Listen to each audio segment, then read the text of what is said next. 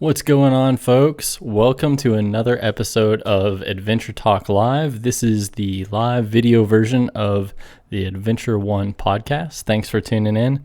If you haven't seen this before, this is kind of the version of the channel slash podcast slash everything else where we just kind of get on here and tell adventure stories. Sometimes it's just me telling stories, random thoughts, just talking about random stuff. And sometimes, like today, I'm joined by guests who have awesome stories of their own. So today I am joined by Kyle and by Mario, who are going to tell us about their South Texas axis hunting success. Welcome, guys.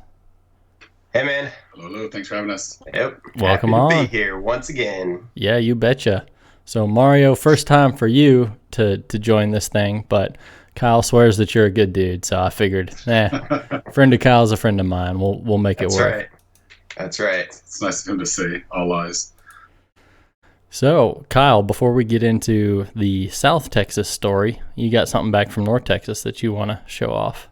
Yes, sir. So I think it was like 4 episodes ago. Well, we had a series of 3 episodes actually at one point. But we did a hunt a little while ago, a paid hunt. There we go. But if you want to go back and listen to those, those were the camp stories that we had with Plenty and Daniel and I. And this was the 10 point that I got on day 1.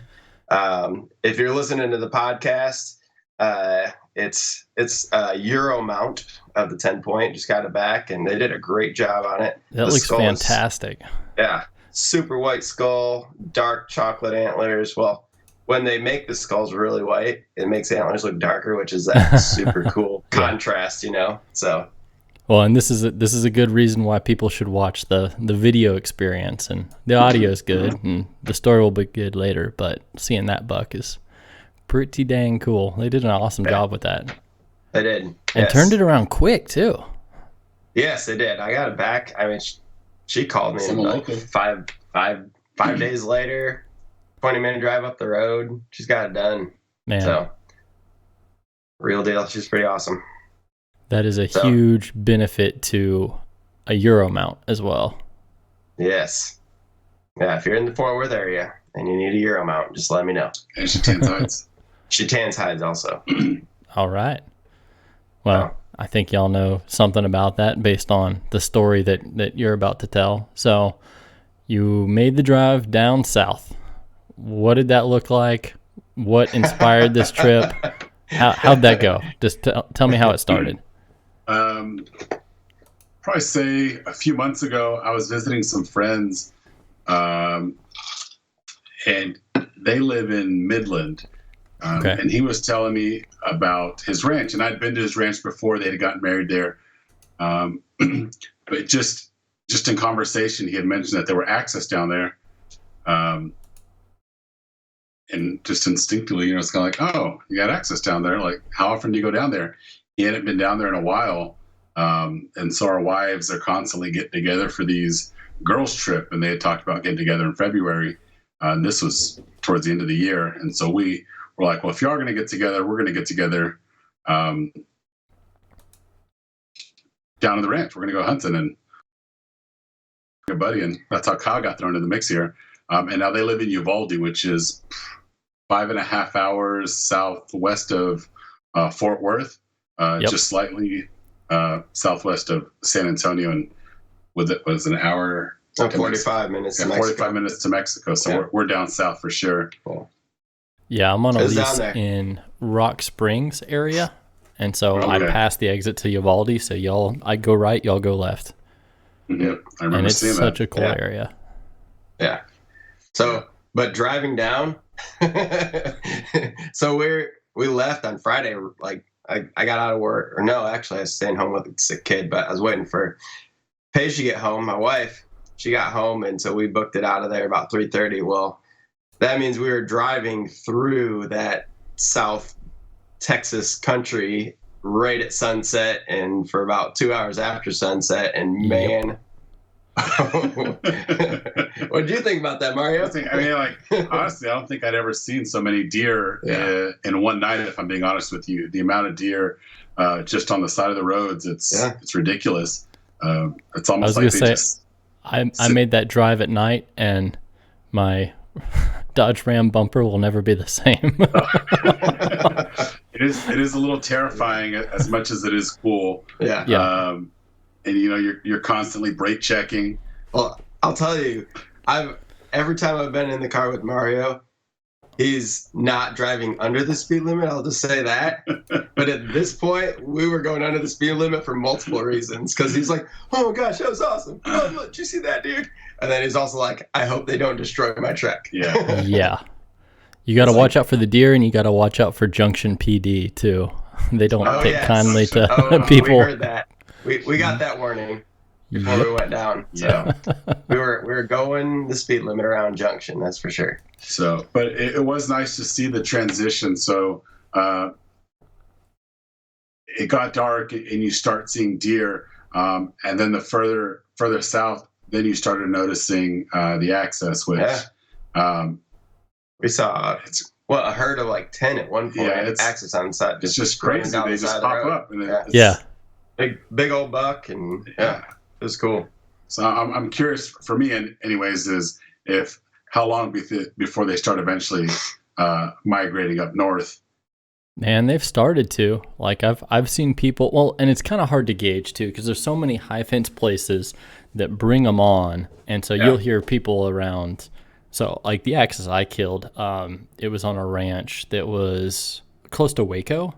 And so that's definitely not their natural migration. That was one that was brought there. But, I've heard people like definitely they're up to Brady, like for sure. There are wild axis. I've seen them on the side of the road as far as Brady. Brady's a good town. That's a nice town. We're definitely going back to Brady. If we live somewhere out in the country down there, it'd be Brady. For sure. Yeah. That's what we decided on our drive. Yep. That's pretty nice. It's nice. It's a cool town. It's kind of my like.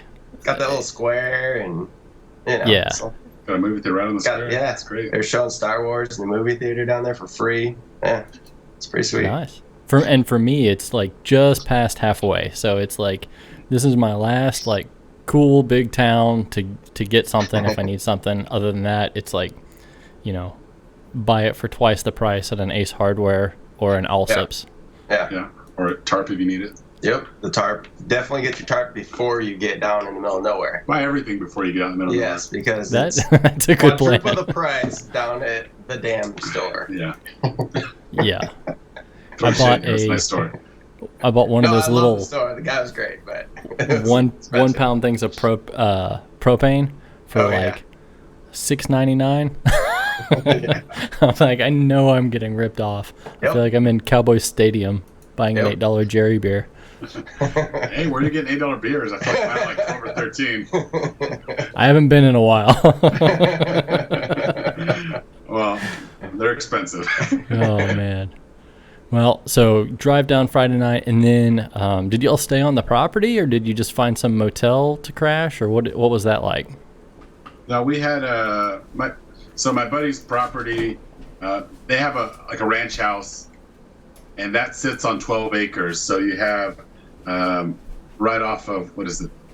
I don't even know what the street is, but it's their house, and then behind their house they have all this land.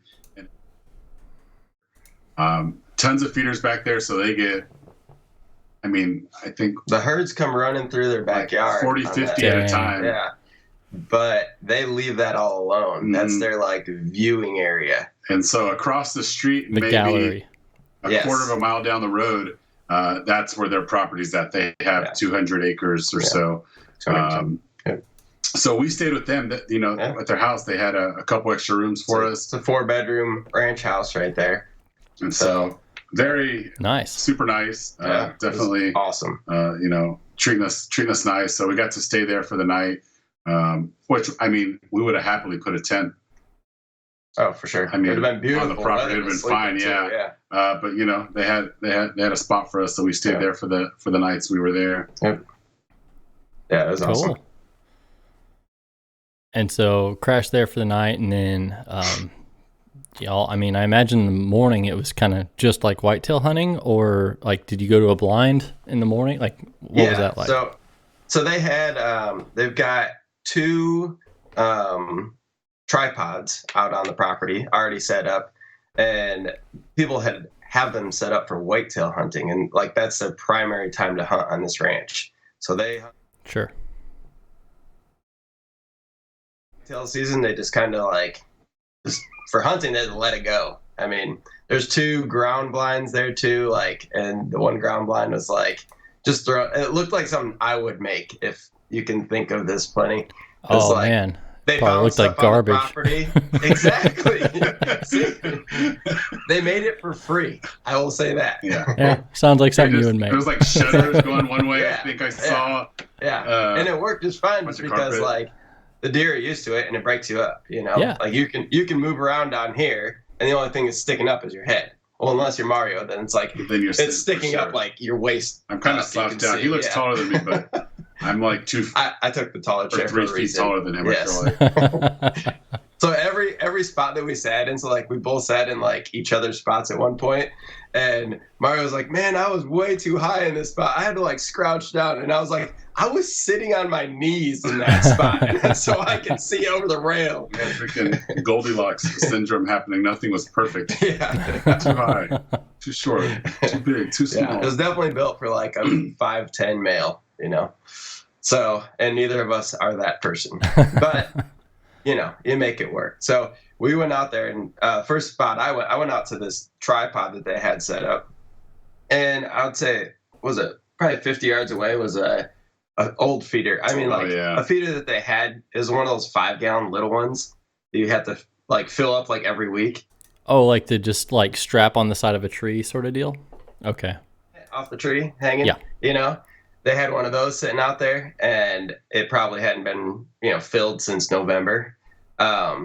So like that wasn't, you know, it didn't help at all. Like nothing even paid one bit of attention to it. But you could tell it was running in during season because it was all beaten down underneath it.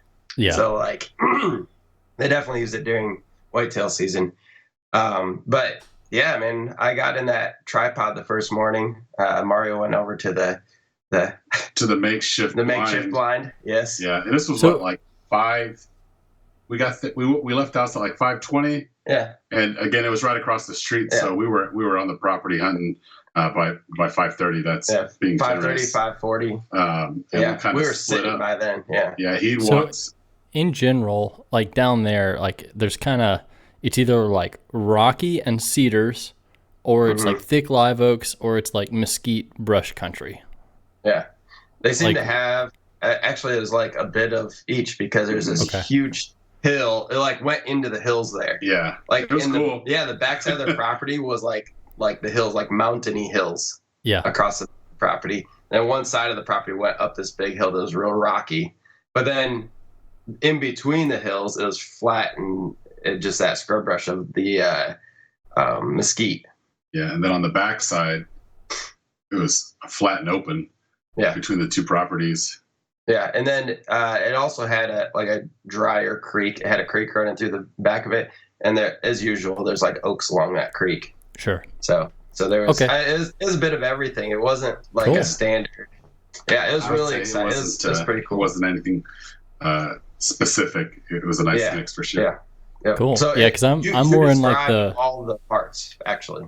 okay. Yeah, I'm Yeah, more in the like the little- rocky cedar version of that, up where Yeah. I am, and it looks like Afghanistan or something up there. There's no water, no mesquites. Yeah. So it sounds like a cool spot. Y'all had a little bit of everything. Yeah, it was really cool. Yep. So, and then Mario's friend went out hunting with us that first morning, and so he went to the back of the property because he just had us up near the front because like they're easy spots to get to. You know, he didn't want us send us to the back of the property looking for some other Sure. tripod or whatever back there when, you know, we don't know the property yet, haven't seen it in daylight. You know, showed up at 9:30 the night before. So yeah, so he headed back there, and that's when we got out there actually pretty super early, was so he could get in his spot Okay. with 30 Yeah. minutes before we could Yeah. see through It was his. So. He had like a 20-30 minute walk to the back of the property. Yeah. And ours was like 5-minute walk. So Yeah. we got there extra early. Yep. Just to make Yeah. sure he could get there in time also. Yeah. So Yeah, because we all rode over together. Cool. So, sun came up in South Texas, and what Yeah. was it like? So, actually, before that, we were discussing this. On the way in, we noticed there was a full moon, and they were everywhere. So, Oh wow. we were really, really wondering, I guess, how morning was going to be. Yeah.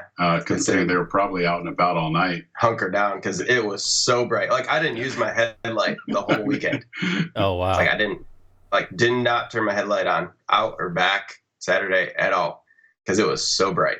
It was like super bright. So yeah, I mean, but we were wondering if they're gonna move, but they did. Yeah, we got.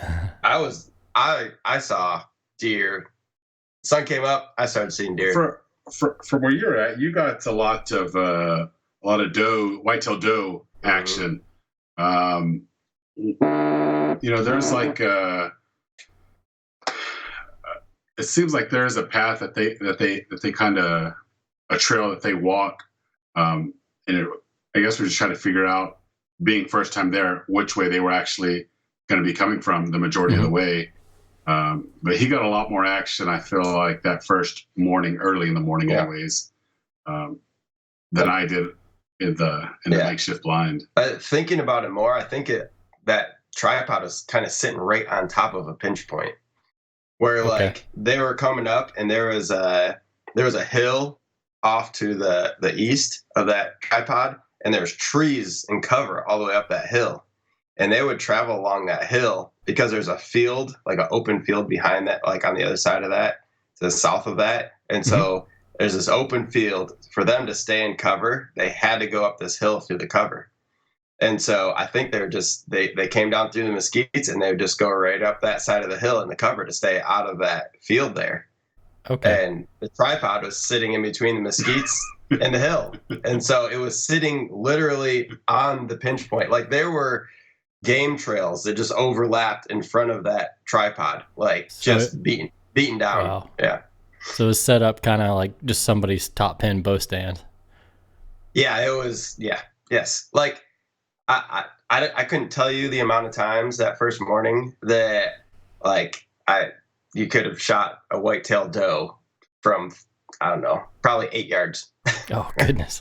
And those things circled me and never got spooked once, like multiple times. Like I had, just look at you. Yeah, I had one, and she looked up and looked down and looked up and looked down, and then just started feeding away from me. And then I had a group of decided, four. They circled guess you're not gonna bother me. Yeah, they look up, and I'd freeze and be all scared that I'm gonna like make them run away.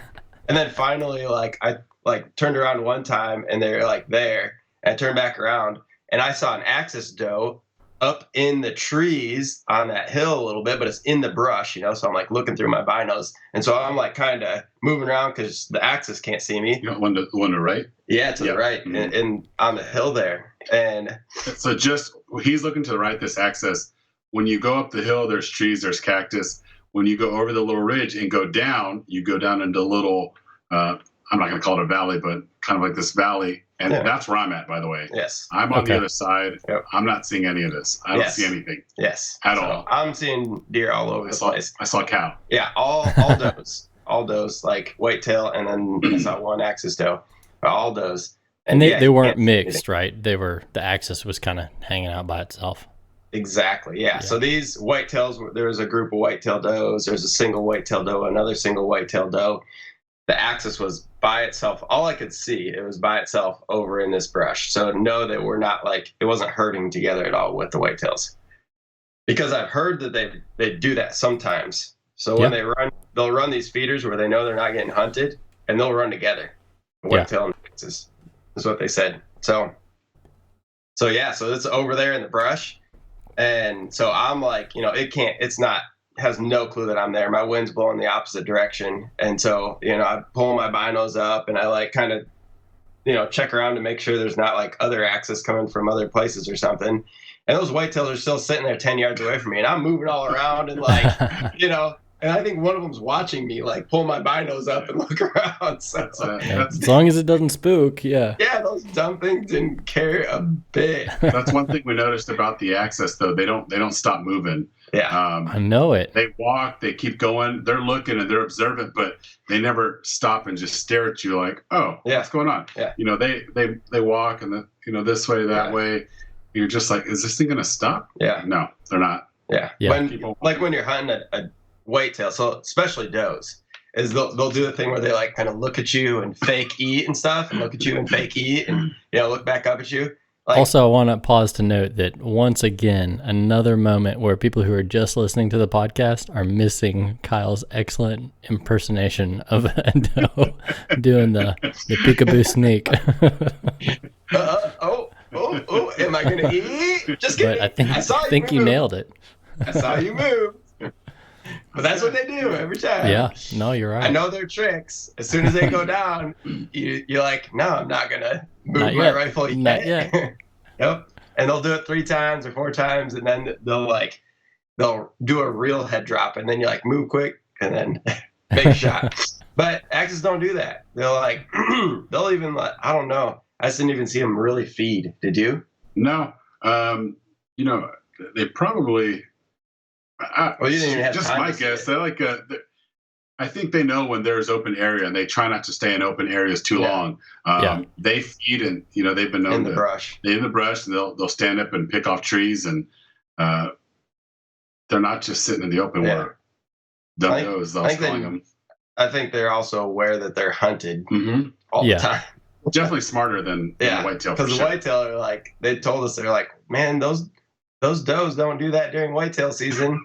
Yeah. Because we told them, we're like, does anybody hunt the whitetails on this property? And they're like, yeah, I think so. Like, I don't, they're pretty skittish during season. They just run, after Yeah. season, they don't care. Like, They're okay. just like, we've always lived here. It's generally worked out well for us. Versus if you look at Axis, like that's a creature from India that's evolved to run away from tigers. Then they brought him across the world to be hunted. Now they got to run away from men. Yes. They're pretty high strung. Out in the wild, there's nothing really here to, the tigers. That's like they have legitimate threats across the ocean there. And here we have coyotes that aren't going to do anything. What else is out there? There's nothing really out there outside of us. So they have free reign. Yeah. It's true. Ridiculous. And yeah, they're bigger than whitetail down there for sure. Which is That's- weird and confusing because I think like a whitetail, their legs are so long and skinny that they always look taller than they actually are. Like if you imagine a whitetail like in your head right now and just put out your arm to like how high you think it is, I promise it's shorter than that. Yeah. Versus yeah. Axis, their like short, stumpy little legs make them look shorter than they are, but they're significantly larger than they look. Yes. Yeah. They do stand tall. Yeah. Noticeably taller for sure. Yeah. Yeah. I mean, the average male is around 200 pounds. Yeah. And that's even in South Texas that they're hitting about 200 pounds. And your average buck in South Texas is probably hitting 140. Yeah, I was going to say, Honestly. I've maybe seen a 200-pound buck in South Texas once. I've definitely Maybe. never killed anything. It might have looked like Right. Yeah. I like yeah. It was the fur. Yeah.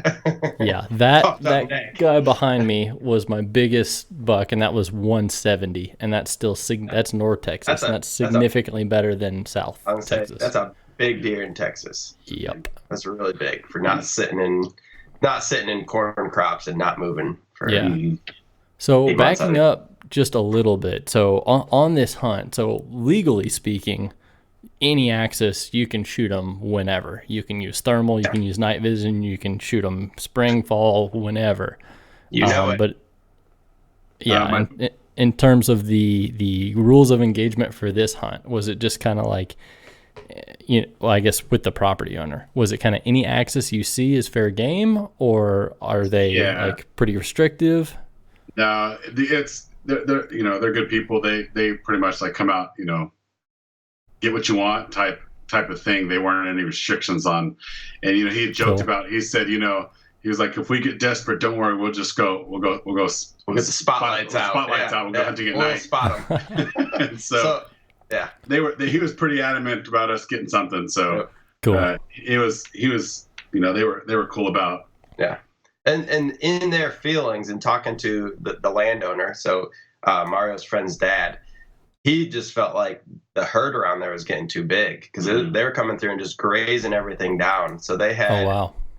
Let's see. So Saturday night they had the herd. So like the herd will come together sometimes, and they had a herd of 50 of them come through that 12-acre property that Wow. evening. Yeah, which Dang. would have been amazing yeah. to see. They didn't run past us. We'll say that. Not to ruin the story, but we didn't see a 50 Yeah. axis herd. Yeah. That's for sure. I can't So, shoot 50. but going back to the first morning,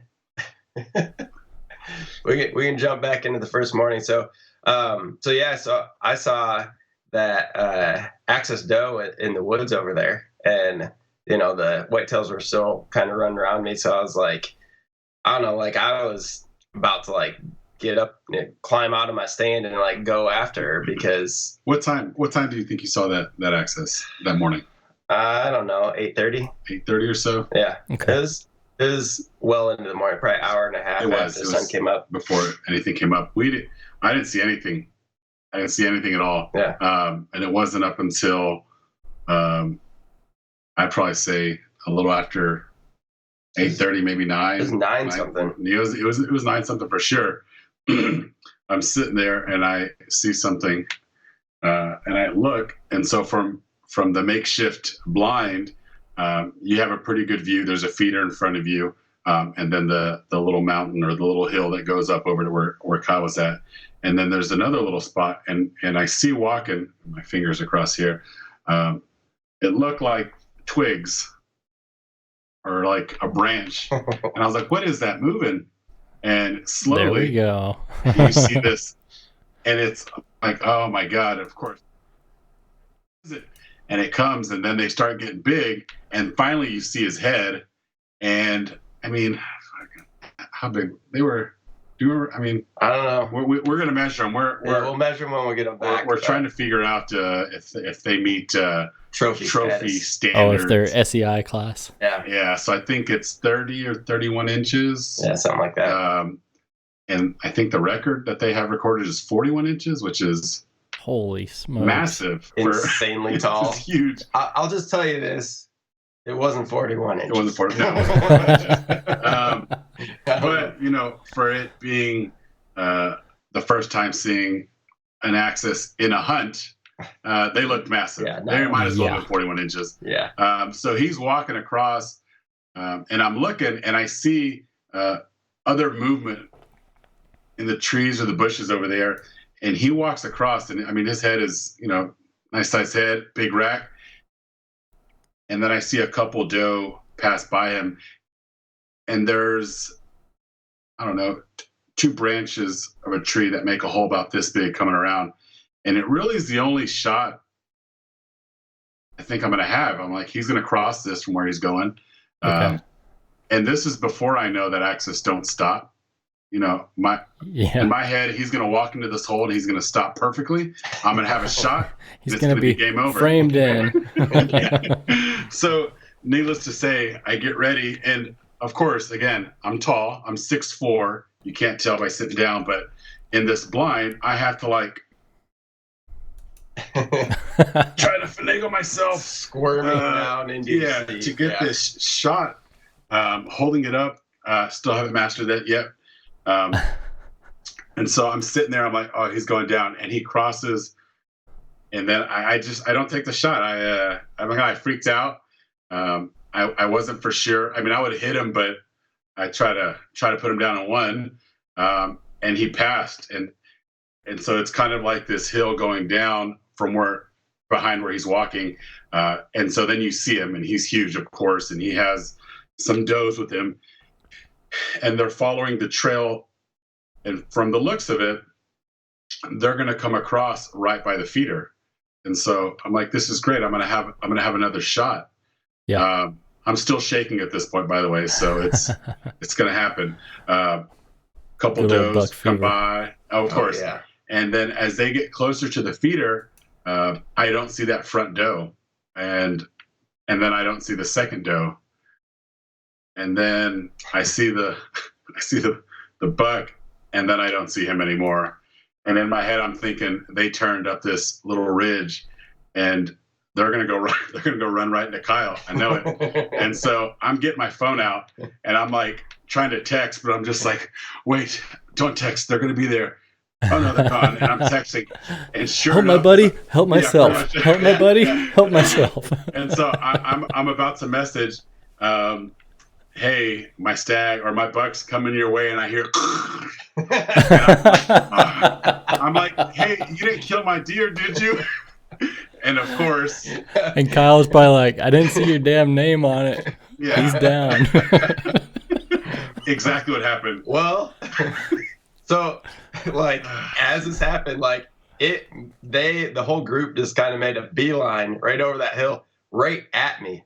And Nice. I am not saying like right at me, like those suckers. So there's 4 of them. There's a doe, and then the buck, and then doe. So there's 4 coming down this hill, and they're coming. I mean, they were walking at the tripod, and I'm like, how the heck am I going to get a shot? Because it's like head on, and they're just going to like walk right into my wind, and I didn't, I'm like, oh man, what the heck? So they come down.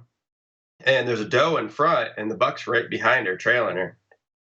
And my worries is that doe's going to walk into my wind, and they're all just going to spook and freak out. But Sure. I just, I had the rifle up, got the scope on him, zoomed all the way down to 4 or whatever because they were coming so close. And there's this bush that's it's probably, I don't know. It couldn't have been. It was less than 10 yards away from where the tripod was. To the right? Yeah, to that right. That bush right there. And that doe walked right, on the other side of that bush, and the buck came right after, and they like kind of veered out just a little bit. So I had the scope on him. He walked past that bush, and I, just took my shot. But it was the bad thing about it, like they're, like bow hunting. When you're that close and you're up high, that downward angle, like you have to think about that. And I didn't really think about that fully, I don't think. Yeah, you got to aim for the exit wound. I know. I need to start getting those things in my head, which, I mean, it wasn't like bad or anything. So I shoot, and I'm shooting on a downward angle, and I hit him. Like, I hit him hard. And he bucks, and he runs back, and he circles out, and he's in the open. So, like, I can see this whole thing happen. He runs in a little U circle away from me. He gets out about, 30, 40 yards away from me, and he's standing there. And, he's just kind of like looking around, and I see him teeter a little bit. And I was like, all right, he's going to crash. Sick. Yeah. And he doesn't crash. He beds down. And I was like, dang it. Like, come on. Don't, like, I wanted him to just fall over right there, but. Yeah. That doesn't always happen.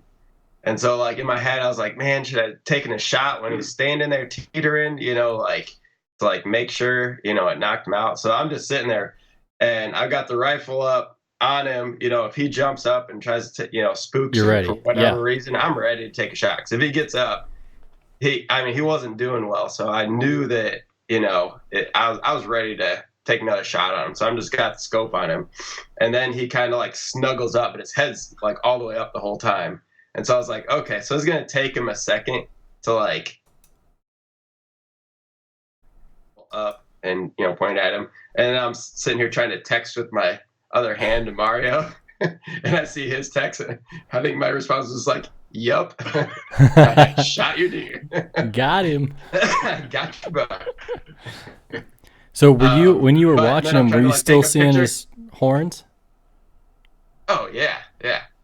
So I think I might have taken, I took a picture of him when he was out there standing up. So he's laying down. He stood back up, but he like just didn't seem, he wasn't good, but he was like looking straight at me. So I didn't want to like take a shot at him where he's straight at me, You want to look him in the eyes when you take a shot? I try to look a deer in the eyes when I take a shot. Good recovery there. It's Texas. Come on, man. So he's looking right at me. So I didn't have a shot right then. And he was just standing there for a while. So I think I took a couple pictures of him while he's standing there. Cause I was just like, oh, this is cool. Like I can't take a shot. He's not moving. Like he was like, not, I hit his lung, at least one lung. And then finally, like put my phone back in my pocket, and he's standing there, and he finally like turns, and I think he might have been turning to lay back down or something, but he turned, and when he was full broadside, I laid another shot into him broadside, and he crashed right there. My immediate response is he shot another deer. Yeah. I was like, come on. Like, you shot a doe and a buck? Come on. And you weren't upset about that? I wasn't upset, no. I really wasn't. I was happy for Kyle, actually. He's like, meat? Meat, exactly. Meat? Yeah. We have a meat pool down here in Aledo, so yeah. that's great. Yep. So knocked that buck down. It was awesome. That was a good call to put the other shot in him too, because for sure. There have been times where I haven't been in that exact situation, but times where I'm like, I could, but do I really need to? And it's like, don't analyze it, just do it. Like, okay, you spend $1.50 on a bullet, like that's cheap peace of mind. Yeah, for sure. And we weren't tracking, we weren't trailing, we weren't doing any of that. It was just, he was down, put an end to it too. Just watching him out there, he just like, part of me is like excited, the other part's like, I just want it to be a clean kill too, Yeah. So that part of me was like, that's why I had my scope on him. So it's just like, you're watching him go down and just like, it's time to end it, finish it off. So I did finish it off. He went down. I waited a few more minutes just to make sure. And, as we're sitting there, you're still watching. You never know what's going to run out of the bushes. Yeah. If another deer runs out, bump something up that was bedded down or something, and they hear a gunshot and they start wandering around. I've definitely seen that happen several times. So yeah, when they don't know where it's coming from and they're just and they start wandering. Yeah. And they're like, what was that? And you're like, oh, another one. Yep. So yeah, people don't call you Double Up Kyle for nothing. Right? Hey, it's only happened 3 times. Come on. You are like the only person I know who's like, oh, that's just normal.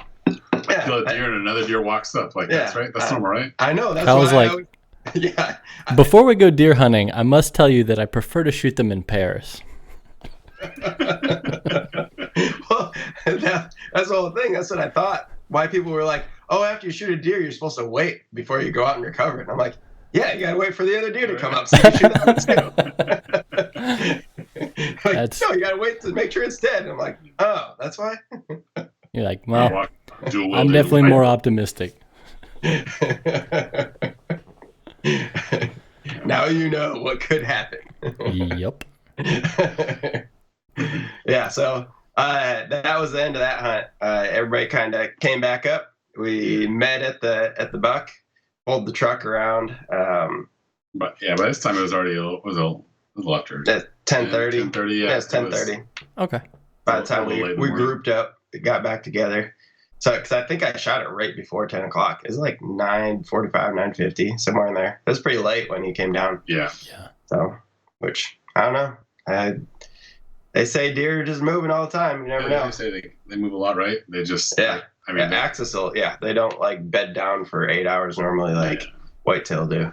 They've been on the afternoon for sure. They'll just keep running sometimes. So so we brought it back. They had a rack over a tree back at the ranch house, so we took it over there. Just to back up, they're freaking heavy. Yeah, they're heavy. God, they're heavy. After pulling some whitetail out of the woods, that 200 pounds is a lot more than what was that 126 pound 10-point back here. Yeah. And that was the biggest whitetail of the trip. Yeah, out of all 15 guys there, 126 pound buck was the biggest whitetail we shot. Yeah. Yeah, and so this guy was pushing 200, I'm sure. Nice. Yeah, so he was heavy. Sure. All 3 of us got him up on the truck. That is the best problem to have. Yeah. Yes. Yep. Especially with one of those guys. That meat is so good.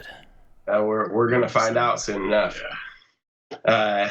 Got those back straps sitting in my garage right now in the cooler. Yeah, buddy.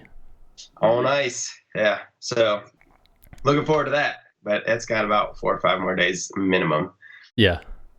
So so we took it back over to the ranch, and man, those coats. If you have never seen an Axis coat look it up right now. Check it out. Well, after the show. Beautiful. Yeah. But yeah, they're so pretty. So I took a picture of it and sent it back to my wife. And her response was, "How many can you get? We want to make a rug for the whole bedroom floor." And I was like, "Howdy do, here we go." So I skinned it, kept the whole hide, folded it up, put it in a bag, put it down and wrapped it real tight, put it in the cooler, and then quartered it up. A thick layer of fat. Oh my gosh, yeah. So the other thing is, right behind the skull of these things. So the other thing you want to look at on Axis is look at how blocky their head is. Yeah. Bucks. Yeah. I mean, the doe is a little bit too, but the bucks just have this block of a head. It's like a Rottweiler. Yeah, yeah. And like right behind the skull, they've got this. I mean, it's like, think of like you watch like a ram where they like run their heads into each other and smash each other's brains out. Like kind of padding they have to do that. Yeah. I think these Axis, like, they build up the same junk under their skin, because there was probably, what was it? Probably an inch and a half. Yeah, at least, man. It was thick. It was just thick. This like fatty, tough. Like the like candle wax looking. Yes, Yeah. Yes. It was so cool. Yeah. And which is crazy because Axis are not that fatty. Yeah, they're pretty lean. Yeah, I mean they're the leanest. I think they're considered I think there's like less than 2%. Yeah, they're like 2. Oh, I thought it was like 0.8% or something it's like low. that. Yeah. They're considered like fat free, I think. Yeah, it's like less than 1% fat. So I guess the fat's right there, and none of it's in the meat. Stores up in the Store it in the brain. Which I mean, that's what uses the fat. You need fat the most for is your brain. So Yeah. makes sense. It's right there. Easy access, right? That's why they're so smart. You didn't do that on purpose. Nah. I'm glad you got it. Boo. So, So that was really cool. So we got the hide, quartered it out, threw them in the coolers, ran down to the corner store down there, got a bunch of ice. That dude is pretty sweet. Yeah, nice guy. The cage. Tell him about the cage of antlers. Oh yeah, he does. He had this huge cage of antlers, and he's like, "Oh, what do you got?" We were talking. We showed him what we killed, and the buck he killed, super cool. It's seen a lot of action. Yeah. Broken brow tines. Yeah, I saw that. Had some good wear on them. And cool. Sure enough, the guy was like, "Well, if you want to basically pick your pair over there, I'll take these off your hand." And we're like, "Yeah, no, thank you." Yeah, I laughed at him. I was like he was like tradesies. Yeah. He's like, if you want to trade up, I've had people who just like pick a better looking pair over there and put them on their mount. Yeah. And I was like, no. Yeah. Get out of here. It's like, guess what? I still have that like 4-point from Michigan that I shot. Right. And I don't care. Yeah. That's part of the story, man. Exactly. And you know what I don't want to be part of the story? Me putting somebody else's antlers on my wall. Yeah. Like I could maybe see that with the cape. Like if it was real, like the hair was falling out or it was mangy or something, maybe with the cape. But not with the horns. Yeah. Of course. Oh, yeah. Because there's so much character to that. Yeah, for sure. Or like the hide. Yeah. I mean, honestly, if somebody had like 100 Axis hides and we went and we picked ours up and they switched it out for another one. They all look the same. Yeah. Probably wouldn't know. Yeah. For sure. But if somebody gave me the wrong antlers, like they'd have to look really, really close to mine for me not to know. I will say though, a benefit to all of this is, especially in these parts, nobody has access just lying around. Yeah. Yeah. So I think, and I'll say, when you drop it off to get like wild game sausage made and stuff, it's probably your stuff because there's not 50 other whitetails sitting in the processor right now. Right. Exactly. But no. Anyways, so we hung out. It was cool little store. Went back, kind of cleaned everything up. I mean, we were inside for maybe an hour. We were ready to get back. It was like, it took a while for me to clean that deer, though. Yeah, it was. It was like 4-hour process just because caping it takes a long time. I'd never done it like goodness. that before. So He did a good job, though. Real good job, considering. I mean, I didn't put any holes in it. I'll say that. that's true. Nice. You got the majority of it. Yeah. So, Yeah. But Now my buddy, because you kept the head for a Euro, like how far up the neck did you go? Or we went like right to the base of the Oh, cool. skull. Yeah. So I took that hide all the way up to the base of the skull. So like where we were cutting all that fat off, that was where I capped the cape. Nice. Like I took it all the way up the neck because the neck is really cool. Like those spots go all the way up to like right. And they've got behind that dark, like almost like black Yeah, stripe, like stripe mane. on the back. Yeah. It's so cool. Yeah, it's awesome. I mean, like everything about their character is cool. It's like the spots coming down the side, the black going down the backbone. You know, just thick, nice, heavy. yeah. His antlers. Yeah, they're awesome. Nice. Yeah, and they just go crazy here in Texas. But what I've heard a statistic before about like having about 50,000 axis here in Texas, and there's only about 100,000 in India. So we have almost like half the population of what India has, which is kind of crazy in itself. But they say approximately only 6,000 of them are wild. So I'm willing to bet rest the of them- number's bigger, to be honest. yeah. Like, Just I seeing don't know how many you are do down this, there and how many we saw like dead on the side of the road. There's got to be more than 6,000 down there in the wild. but It's a lot. Well, it's such a weird abstract thing to calculate. Like you're calculating the ones that you don't have contained, Mhm. the ones that you can't readily How many count. are out in the wild? Let's ask John down the road and see how many he saw this week. He was like, Yeah. that would look like that one. 46. Yeah. They're trying to take averages off of acreage or something like Yeah. that, which is not accurate at all because one property can hold a bunch, another property is not as prime and can hold nothing. And Yeah. how you know, And so the access, they don't actually like, they're not susceptible to the same things that the whitetail are. So if something comes through and kills a bunch of whitetail, the access don't get it. They're almost immune to some of the majority of the diseases down here. yeah, Like which- CWD, I guess is what you're referring to. Yeah, I mean a lot. Yeah, or any other just like bovine illness that might sweep through that has swept through in the last 100 years since they've been here. Since when is it? 1930 something, 32 or whatever. They brought them over, And I they know did that's- say some of the other deer that they brought over from other continents and other bovine they brought over from other continents have hit hard on different diseases, and axis have not. Yeah. Like fallow. Like I know fallow are more susceptible to CWD than whitetail. And there are places where if you bring in a fallow, they're required to check it, but you're not required to for whitetail. Oh, really? So I think axis are just like the super deer that is evolved just Hey. to be tough as nails. And you can hate me for this because some people are more purists, but hey, if they take over, I won't be complaining too much. Yeah, I wouldn't have a problem with it. They got a long way to Supposedly go for taste that, better, they get bigger, they have larger antlers. Like they have babies twice a year sometimes, you know. Yeah, I don't they're know. stinking cool. You can hit rut whenever, you know.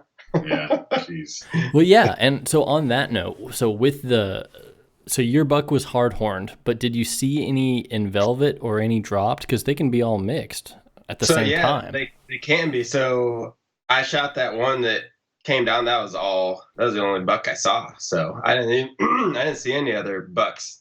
Like I didn't see any other. I was trying to think back if we saw any on the way that were there, and we saw that Yeah. one buck. Yeah, But they were all does. I didn't see anything. yeah, it was that one buck, but it was in the dark too. Yeah, so it was dark. I can't tell if it was No, a I buck don't or think- not. I didn't see I don't anything. know. I don't think it was. It seemed hard. No, It it seemed looked pretty like it was standard. pretty much. That was like 20 Those yards across the away board. from the truck on the side of, like standing in a fence line. Yeah. We like Yeah. slowed down Going and I 20 trying to flashlight on him, and we were like checking him Stop, out. check Like, this out. whoa, accent sweet. You're Yeah, like, we were I getting am, all pumped on Friday night. Yeah. I am so tempted right now to just. It just got us fired up for the next morning. Yeah. Really, you know, Yeah. we were just like, oh, they're here, you know. So yeah, that was it. So we went back out at 3:30, 4 o'clock. Yeah, went back out. I took. Was it hot? Yeah, it's pretty warm was in the warm. afternoon. Yeah, it wasn't hot. It wasn't hot. It was No. nice. I think I kept my hoodie on. Yeah. It Like we wasn't were wearing long sleeves. It wasn't hot or cold. It was it like, wasn't too bad. if you were just hanging out outside, it was perfect weather. It was like 65 and sunny. It really was. It was perfect. Nice. Yeah. It did get a little windy though. We swapped spots. He took the makeshift poor man's stand, which was nice. The Nest. The Nest, Yes. yeah. I sat in the Nest. I took the tripod. It was a lot more windy up there than the A little chillier stand. than you thought. And yeah, as it got dark, it did get a little colder, and I did wish I had brought my jacket. But same thing as he saw that morning. Tons of doe everywhere. White-tailed doe coming right at you. I didn't make an effort to be quiet, and they hung around. Yeah. And I must have. I probably saw. I mean, easily a dozen, 15. Yeah. Nice. Just That's about how many I saw passing that around. morning. Yeah. And that's all I really saw. It was a very anticlimactic evening for me anyways. Well, hey, I walked in and I looked up the hill and I saw these 2 albino deer up on the hill. And I was like, I wonder if I can shoot those. And then I pull my binos up and they're these 2 of the tallest sheep I have ever seen in my life. Which you I could have thought you were shot. gonna say it was a fallow or something. Yeah, which I could have shot. They're wild sheep that, like, years back, the last rancher had just like left some out there, and they just started reproducing. So they don't ranch them at all. They're just these sheep that just hang out on the property, and they have babies, and they've reproduced for I don't know how many years now. And he's like, "Oh yeah, those are just the wild sheep on the property." I was like, "Oh, lamb chops? You're not Lamb attached chops? to those sheep, are you? Think, I doubt those sheep taste very good. if you get a young one, they will. Yeah, I mean that's true. Like I think you use enough Tonys and oil, and you can make anything taste pretty good. Just ground it up and make a sheep burger. You'll be fine. Sheep burger. Hey, if you cook anything long enough and low enough, It's true. and get enough smoke on it, it'll taste good. Yep. Yeah. So you didn't shoot the sheep. I didn't, and I saw I think 4 or 5 white-tailed doe as well. Yeah. And they were all within. They'd walk up out of the brush, 15 yards away from me, look at me, and feed, and then walk away. No, there was a lot of it was a lot of action. I mean, we couldn't shoot it. It was really cool. It was to be, nice to see, I guess. Yeah. So like, because so many times, like for me hunting, like I go out and I see a doe and I'm like, oh my gosh, this is awesome, meat. To be like, have a white-tailed doe, and like there was one point where we were like kind of laughing about it because we were like kind of frustrated at the white-tailed does. We're like, those stinking does, they just keep walking up and just hanging out around us. But it's funny because I've never had that experience before. So I've always been like, if there's a doe in range, I'm going to shoot it, Yeah. It's like I've never been in a spot where I'm like sitting there with a gun, hunting deer, and does are walking up like really close and being like, well, don't spook it, but don't shoot it, Yeah. And so, so where he's at in the blind, you're kind of limited. I mean, you have a nice view in front of you, but you're kind of limited It's a on weird spot. how far out. I mean, I guess they cross. You have places they're going to be, but it's not the same when you're on the tripod. The tripod, I think you could probably look out easily 200 yards maybe by where this huge tree ends, and then there's a couple paths where they cross. Yeah. So you get to see a lot more further out. Yeah. And it's a better pinch point. Yeah. But as I will say, as it did get darker, I start playing tricks on you. So I assume they were all does, but at nighttime, 200 yards out, I mean, it could be an access. I don't know. They were still going pretty late, but they all look like for sure. So but if you can't see it, can't shoot it. Yeah. Don't chance it. Yep. No. So we head back to the ranch house and had some delicious barbecue, and we fell asleep at like It was 8:30. You old farts. I know. Dude, it was some good well, sleep. It's funny. That's normal bedtime for me. Like this is my bedtime anyways right now. But Mario is like I'm a night out, man. he's night out. I don't go to sleep till like 1 or 2 in the morning. Last time we went to sleep before midnight was probably like years ago. Oh, I And he was did like, go to sleep last night early, and it was like Nice. 10:30 maybe. Hey, there you go. Yeah. But yeah, we were out, and my buddy again. They were there celebrating his kid's birthday. So he's like, I'm probably not going to go out with you guys in the morning. So we're like, we're going to go back out. Yep. First thing in the morning. So we woke up, got ready, and we were out. I feel like we were out a little earlier than the night before. It was we were out there 5:20, 5:30. It was pretty early. Yeah, 5:30. It seemed, I don't know, I'd been asleep for like 10 hours. Yeah. We headed back out, and I took the tripod again, and Kyle decided he was going to walk. There was another tripod a little further on down the property. I guess that's where John was at that first morning. Saturday morning. And so we set up shop. And there was, now this, unlike the night before where the moon had been out all night, the rain was coming. So there was this huge overcast. It was overcast all night long. Okay. The weather was nice. It was cool. And so it's kind of humid. It was really humid. There was some humidity for sure. Yeah, it was humid. But yeah, so the moon hadn't been shining. So that was like another good thing. Like moon wasn't out. So they probably had to hunker down for a little while. You know, it was Yeah, they weren't at least out in the open feeding all night. hopefully. Who knows? But Allegedly. yeah. And so we set up, it's probably sun came out or lower light. There was light. It wasn't as dark. Yeah, dawn. And I noticed a couple does again at the tower I was at. It was to be expected. We've seen doe the entire time there, and we just kind of waited around for a little bit. Yeah. Well, right as the sun was coming up, I couldn't really see yet, but there's something that is behind me and it's. So I was like, dang it, like whitetails are blowing at me, you know? Like they know I'm here. And then all of a sudden this black thing, like running like a dog is what it looked like, comes running around underneath my tripod, and I couldn't tell what it was, but it was running away from these deer. And your tripod's taller than the one you were Yeah, it was a really tall tripod. Taller. It was like 15-foot tripod. Whoa. And yeah, it was tall. Like really, like I looked up and I was like, whoa, like I feel like I need like a harness for this thing or something. and the like thing where you crawl up, so it's like a single tripod. And the thing, there's like a little metal flap that goes down where you put your feet on. That was broken off, so they had a 2x4 that like kind of slid in and out there. And so you're just like dangling your feet, just like a little kid. Yeah. Yep. So I slid this 2x4 out, so you put your feet on the 2x4.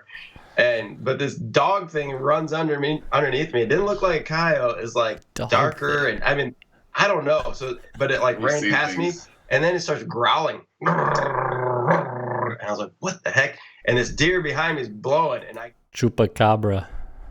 Yes, I think it was. It was. Oh my god! I saw one. Yeah, there weren't as many sheep. They were being eaten by the chupacabra. So that black thing ran into the brush, and I turned around to see like this whitetail, and I, pull my binos up and I look at it, and it's a big old buck, and he's just standing there. Nice. And he didn't move.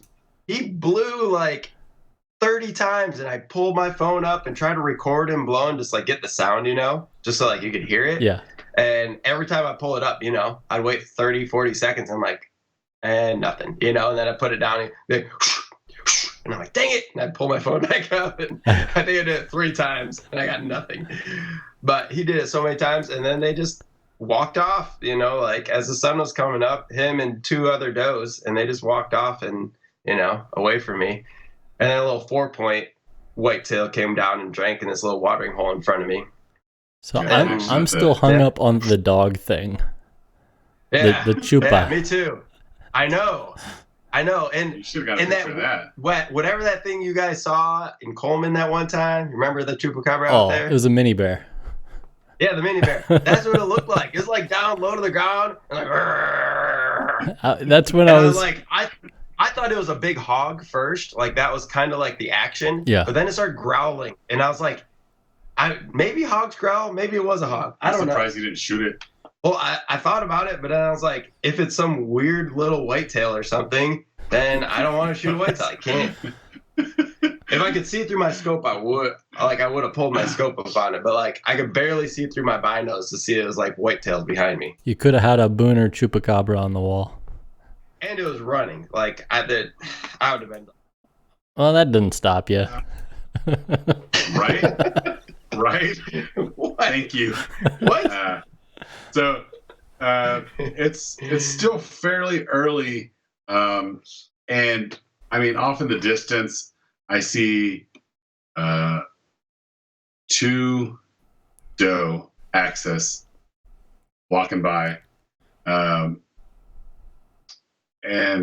again, honestly, I just feel like I didn't have a shot, so I didn't take it, and they didn't stop. I mean, it was like one of those like you're gonna have to shoot now. I didn't feel comfortable shooting, and I was talking to Kyle about this. I am really in the frame of mind of one shot kill. Yeah. I want to shoot it once, and I want to be done with it. I don't want to shoot it and graze it, and then it just runs off, and then there's this injured. Don't change your mindset. Yeah. That's Good. the mindset. Good for injured you. Access.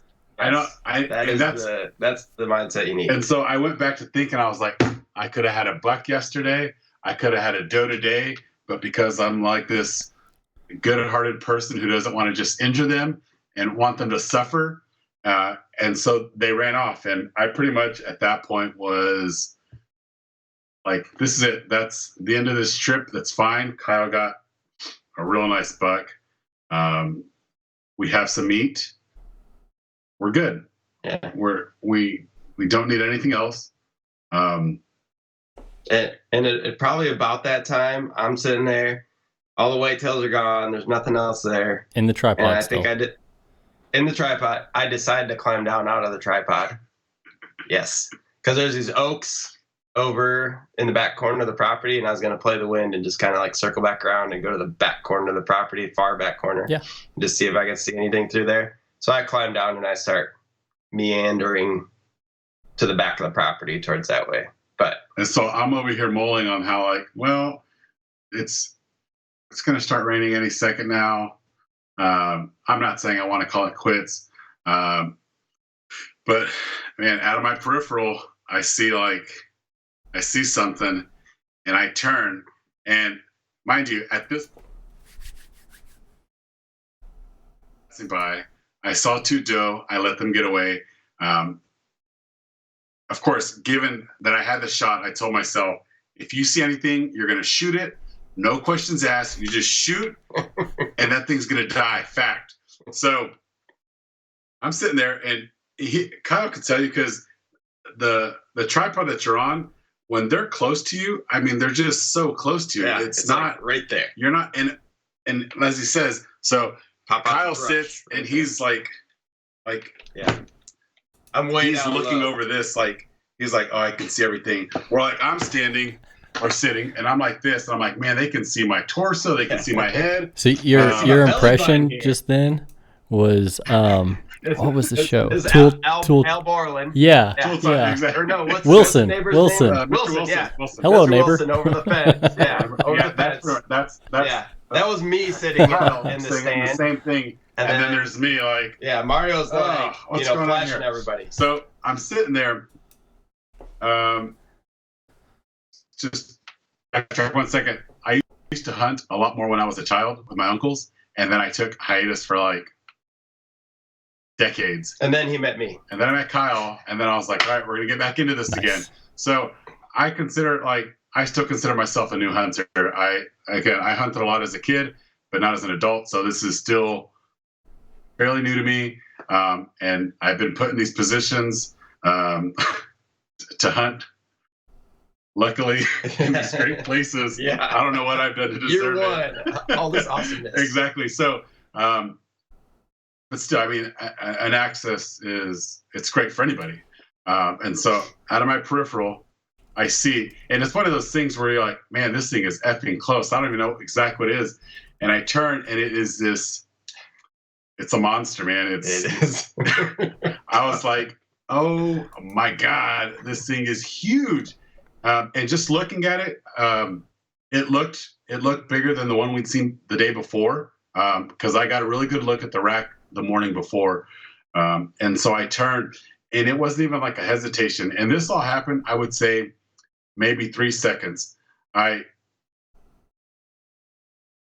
put the crosshairs on it, realized I'm moving too much.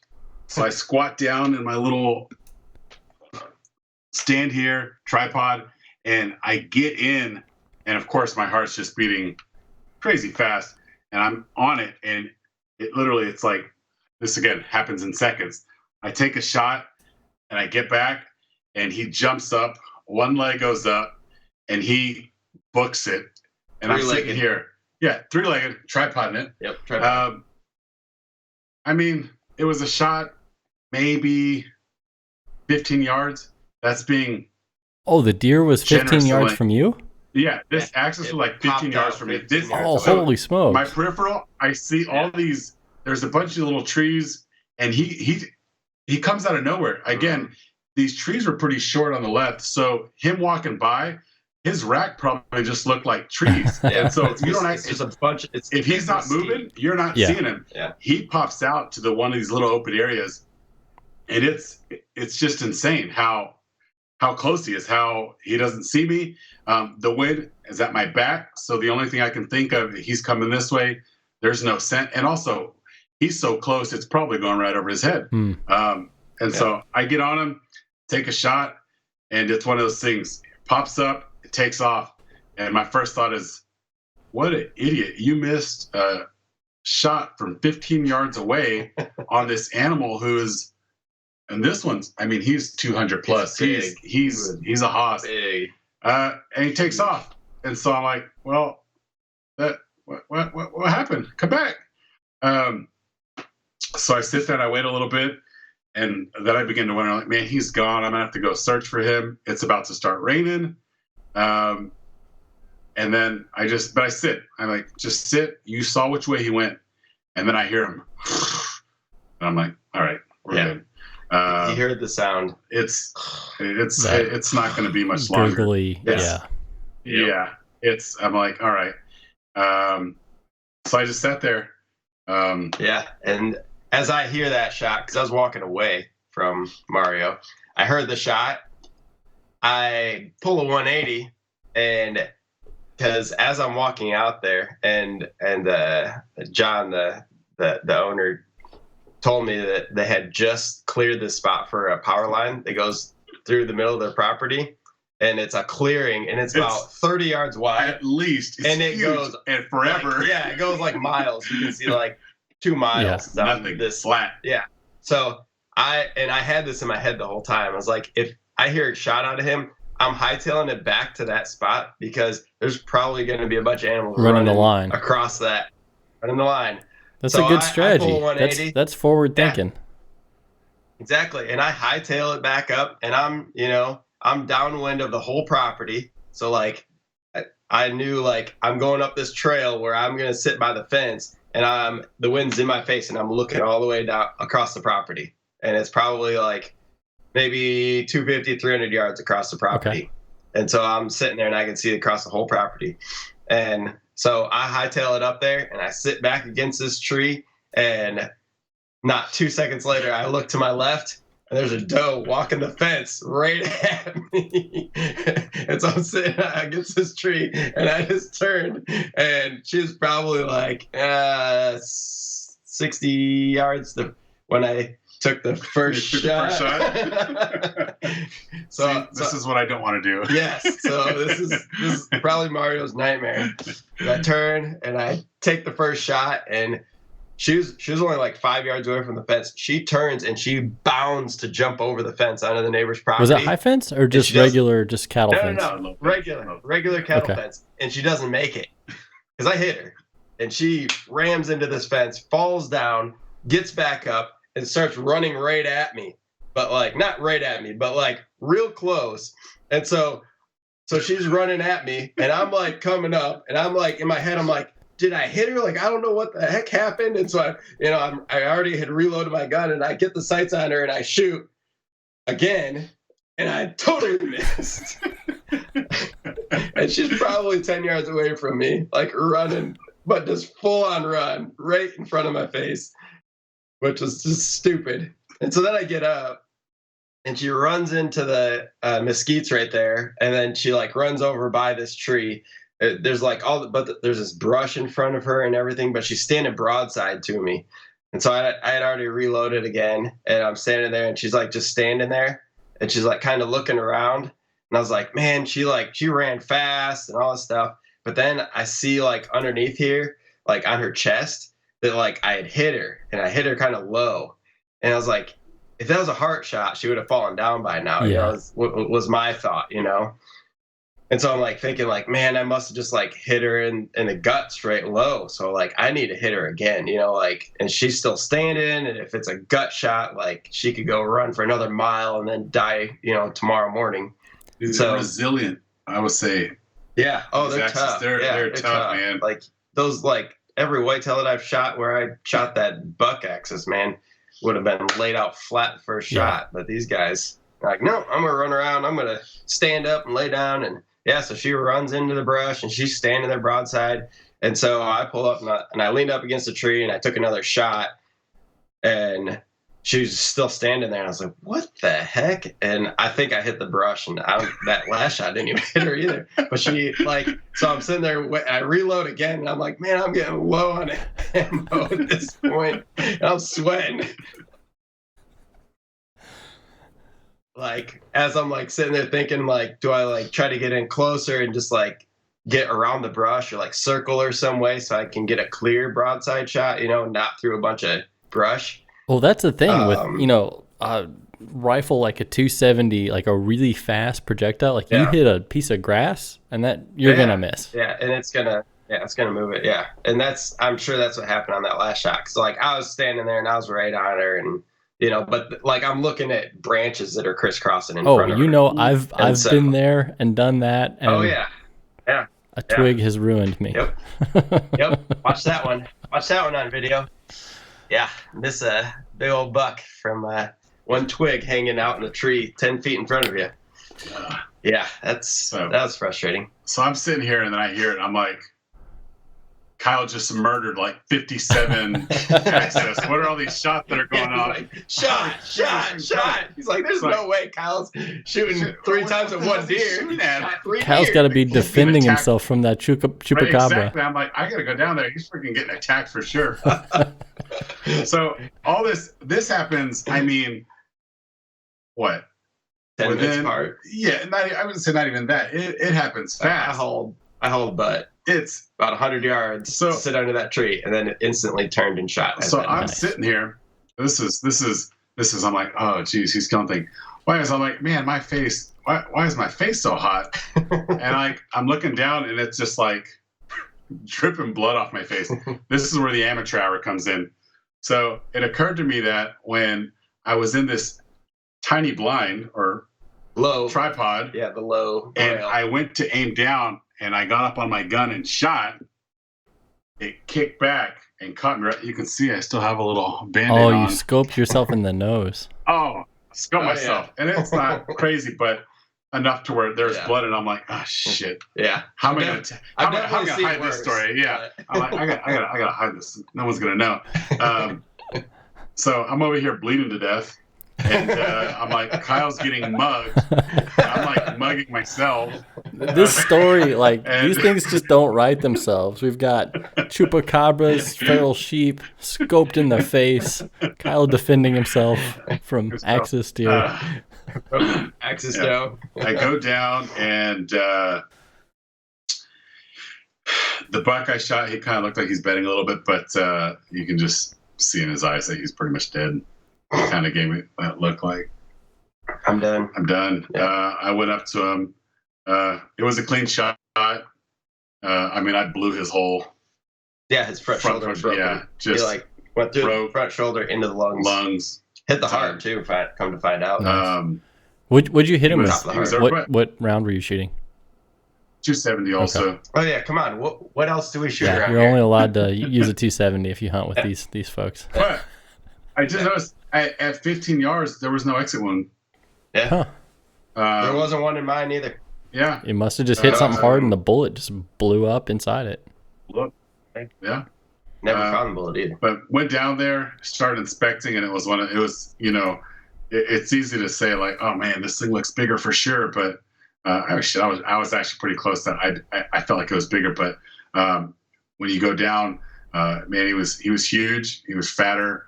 I sent some pictures. Man, So he sent me a picture before I saw it, and it was a horrible angle. It was a bad picture. Horrible angle, and like it looked like it didn't even have like the double, like the fork at the tops. It looked like it was just just a sticks. beam on both sides, and that was it. And I was like, way to go, you got a buck, man. Yeah. Like, cool. Yeah. That was my thought at first. So he comes out, and we pick, I gutted the doe, threw it in the back of the truck. We go back up the front of the property, and I called him out. I'm like, hey, I'm going to go get you, and then we'll come back and pick up the buck. And he did. He gutted the doe, threw it in the truck. We went back up. I walked up. He's like, it's right up here. Walked up the hill, and I was like, holy crap, like it was huge. This big. Sucker is enormous. Like it was big. So ground growage, not ground shrinkage. Oh my god. Yeah. I tend to have the opposite problem. Yeah. Right. Yeah. Like, oh, that was a huge buck. You walk up to it like being up so close, it looks bigger, and it's still, you kind of have that doubt, like maybe I want it to be bigger than it actually is. And you don't see a lot of them. It's not like whitetail where like you see videos of them all the time. You're like, what a big whitetail looks like. Yeah, exactly. It's like, it's an axis. They all look huge. Like the one that I shot looked huge when I shot it. No, and then we saw Mario's, and I'm like, oh, that's what huge looks like. So, come to find out, we talked to my buddy and his dad, and we'd asked about, like, hey, have you seen any monsters back here? And he said there's this one that comes back behind the ranch house, and he's big. And when he saw that one, he was like, man, that's about as big as I've seen out here. On this property. Yeah. So, and they've been watching them for how long? Right, for 15 years, 15 years at least. Yeah. So it felt really good. Do you have the picture on your phone? That one up. Yeah, let's.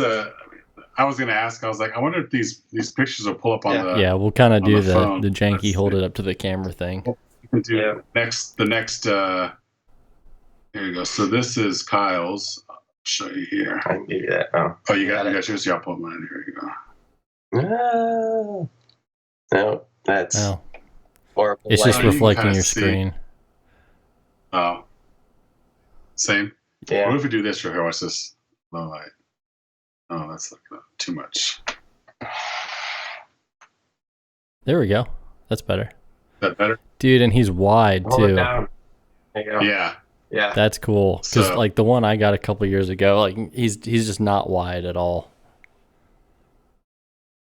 There we go. Better. Well, Kyle, yours has pretty deep forks though on the caudal tines.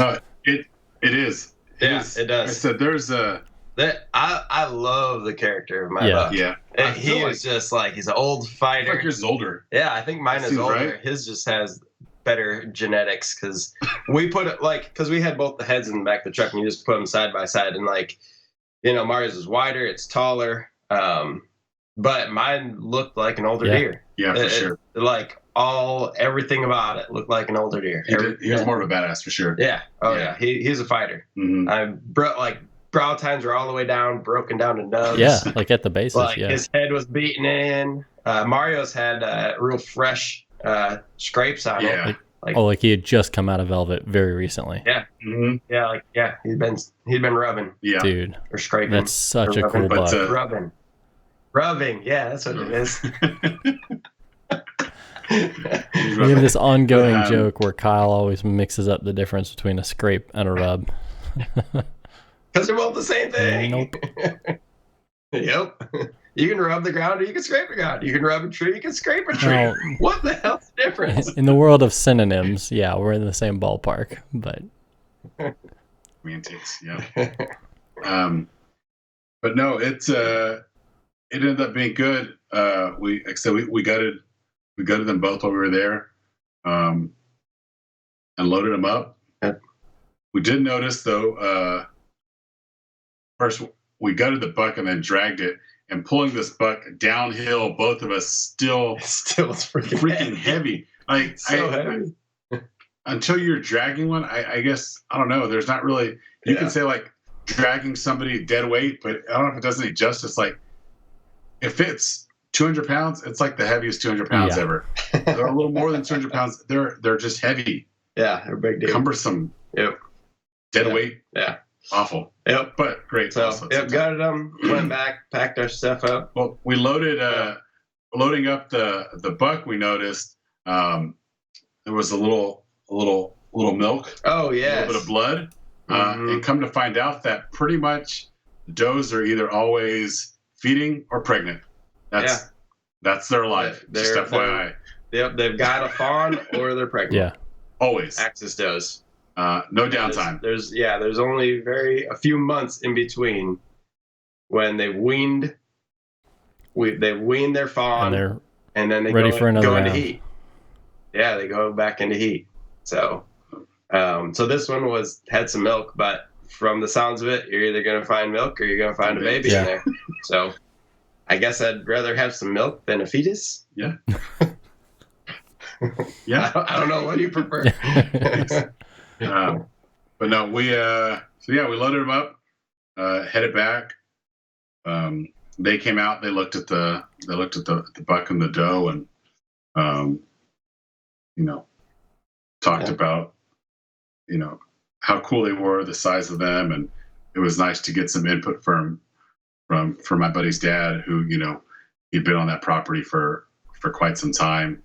And they have a lot of family. I think it's like their property, and then there's 2 or 3 little properties before you get to another big property where like cousins of theirs live. Yeah. So like collectively they have, not even including the hunting side, I mean, they got quite a few acres. Yep. A row of those 6 to 12 acre plots along the river ranch on that side. Yeah. They used to own the whole thing until they split them years ago. So, divvied up amongst the great kids. grandpa or something owned the whole side of the river there. So it was pretty cool.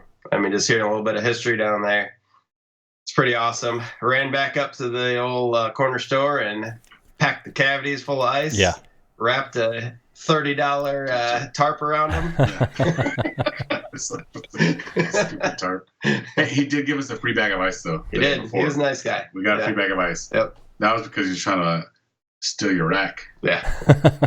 He wanted me to sell the rack for $20 and buy another set of racks for $40. Yeah. That was the whole game. Not down for that.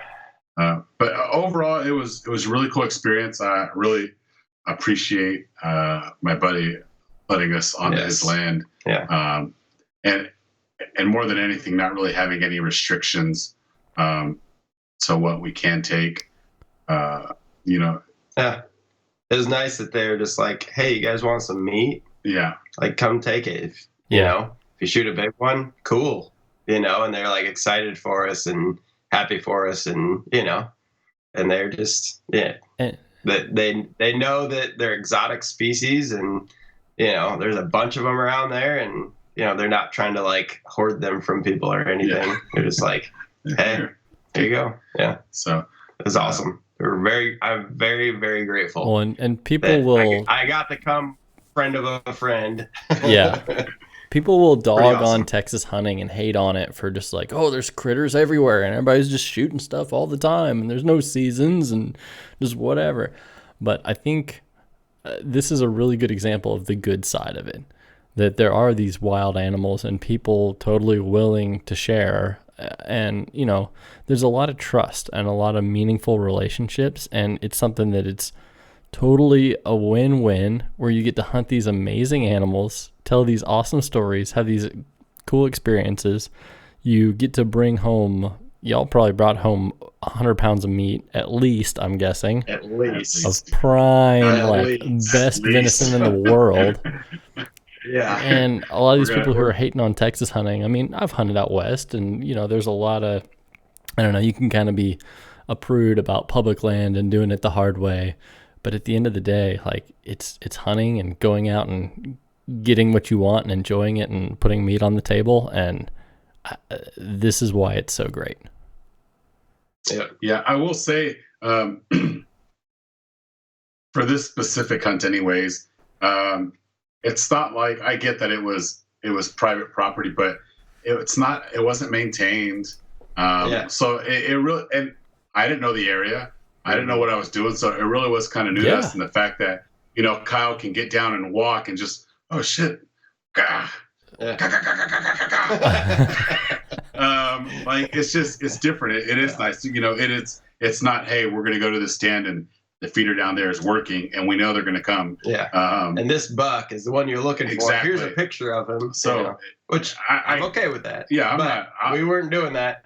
It was very really was kind of exploratory. Exactly. Yes.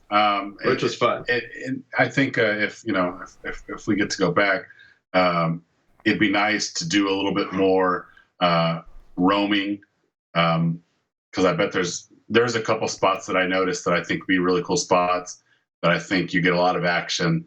That tree on the backside we talked about, going and setting up shop back there. Yep. Being able to play the wind a little bit better. And just, let's say the wind's coming out of the south. Hey, we just go north side of the property. We hike the fence in there, and you sit at this, good spot, pinch point or whatever on the north side of the property. I keep going down, and I'll set at this pinch point on the north side of the property. Like do things like that rather than, just sitting in a stand when there's a feeder that hasn't been filled in who knows how long. Yeah. So I don't take this for granted. Again, I still consider myself very much a new hunter. But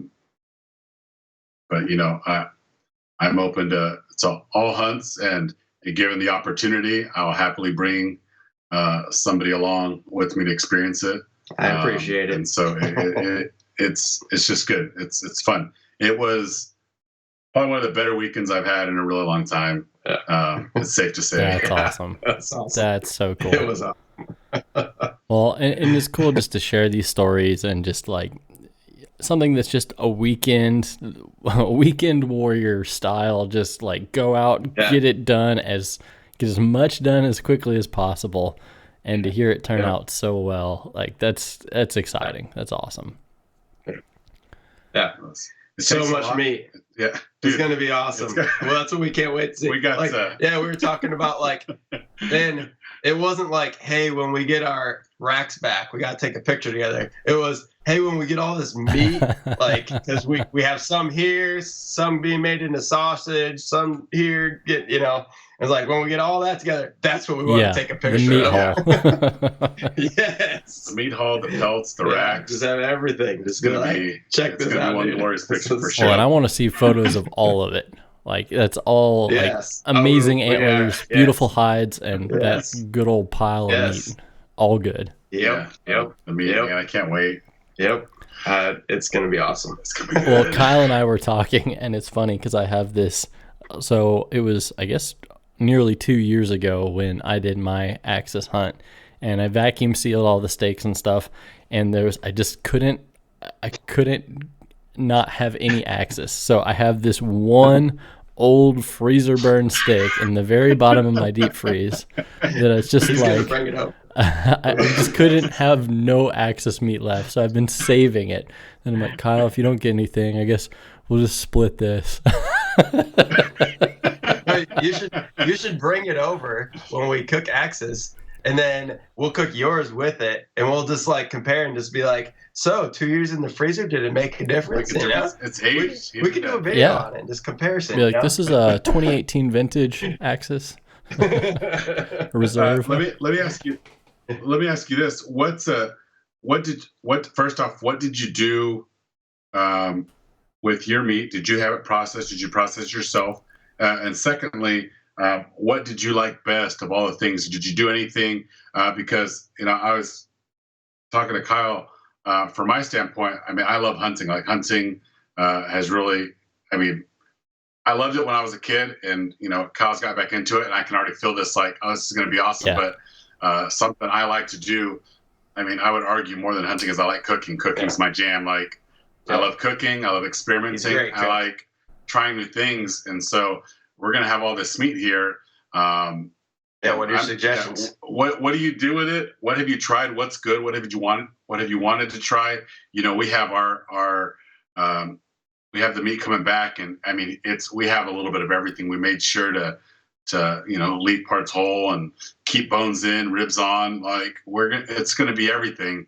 And just from your standpoint, what you thought about what you did, and if you tried anything, I don't know, adventurous, I guess. I don't know what to say. Yeah. New, you hadn't normally done. So mine, it was in late May, and it was hot. It was like 85 degrees outside when I shot mine. So I was kind of in this panic mode of, there were flies and I was skinning out, and I'm like, okay, just get it to cold storage as quickly as possible. And I did process it myself kind of on site. Basically, pulled up the back of the truck to a oak tree, threw a rope over it, and did it right there. And mine was also velvet. And so I was really worried, because I had heard horror stories of people taking a velvet deer to a taxidermist and it just wasn't handled right and it got all screwed up. So I just flew out to the nearest taxidermist, actually, to the point that I got out of there so quick, I left my rifle. And when I was at the taxidermist, I was like, hey, you're still there, right? Or I called the outfitter. I'm like, you're still there, right? And they're like, yeah, why? What's up? I'm like, I'm coming back. And actually that night I went to pick up my rifle, and I'm like, well, I'm here with my rifle. Can I just go get on a pig? And like, yeah, sure. So it ended up working out for the better. But anyway, I hauled the meat off to the processor, and I had my cooler. And so basically I dropped off the front shoulders and just the bag of trimmings, like neck meat. And no, it was front shoulders, a bag of trimmings, and one hind quarter. And so I kept the tenderloins, the back straps, and the other hind quarter. And so I just kept the back straps just alone. I didn't do anything with it because that's a sin to grind up back strap. Not allowed. Same with tenderloins. Yeah. Tenderloins usually, usually I'll eat tenderloins the next day. Because they don't really need any aging. They're as good as they get right then and there. So I ate those the next day. Just kind of classic cast iron skillet, put some, I think I used olive oil at the time, which I now wouldn't recommend. Kyle tucked me into olive oil, or avocado oil. Oh, avocado oil. That's the way to go. High smoke point. That's the way to go. Avocado or ghee, clarified butter. Yeah. So I just took that, threw some onions in the pan, threw the tenderloins in the pan, and just kind of pan fried them, and they were delicious. Back straps, I mean, it's just steak cuts, so I just cooked them just like whitetail, nothing fancy there.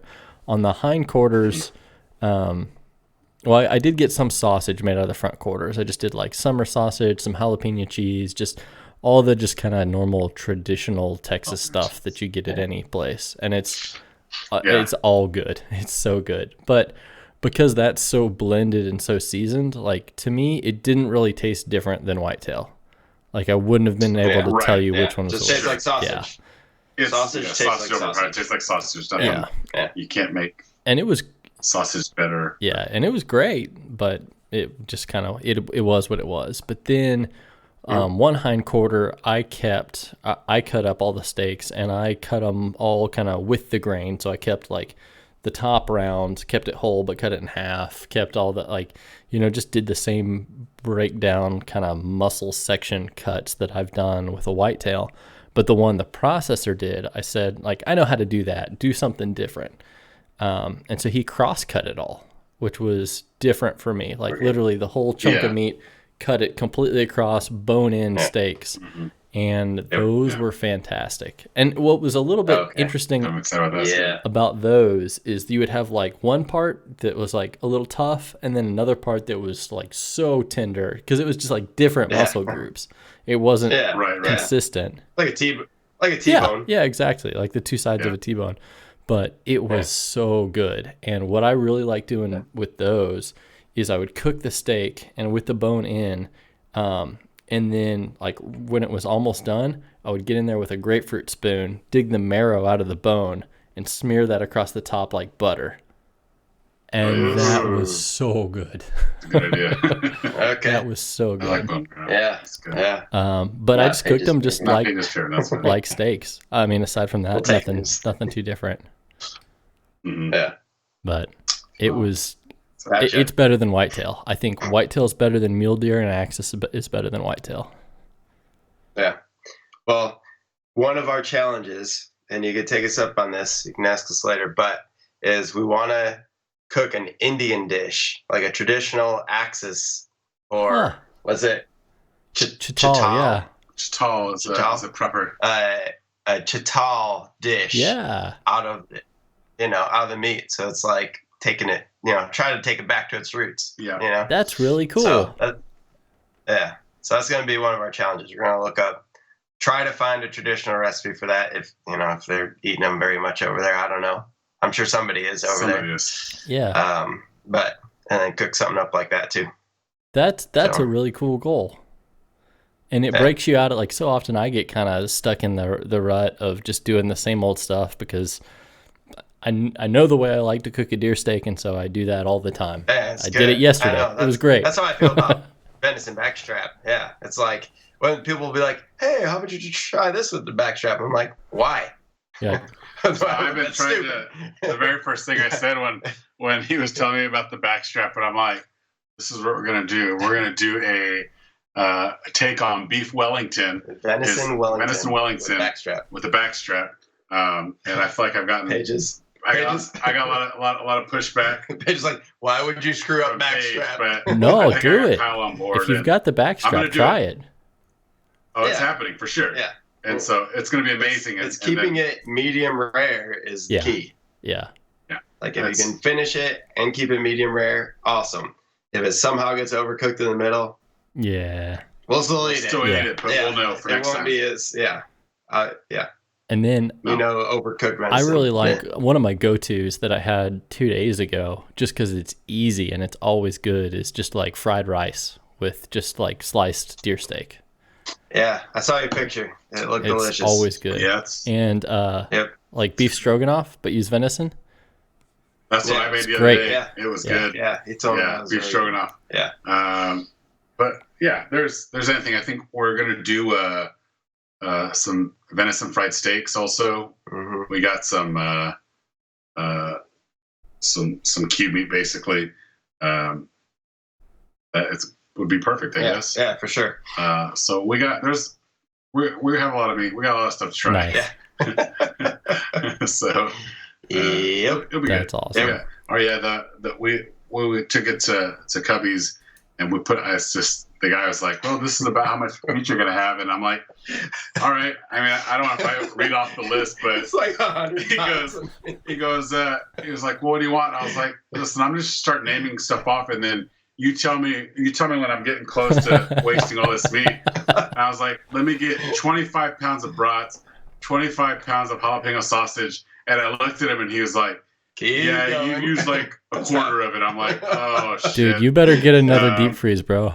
Yeah, we got two and then one on the way. Yeah.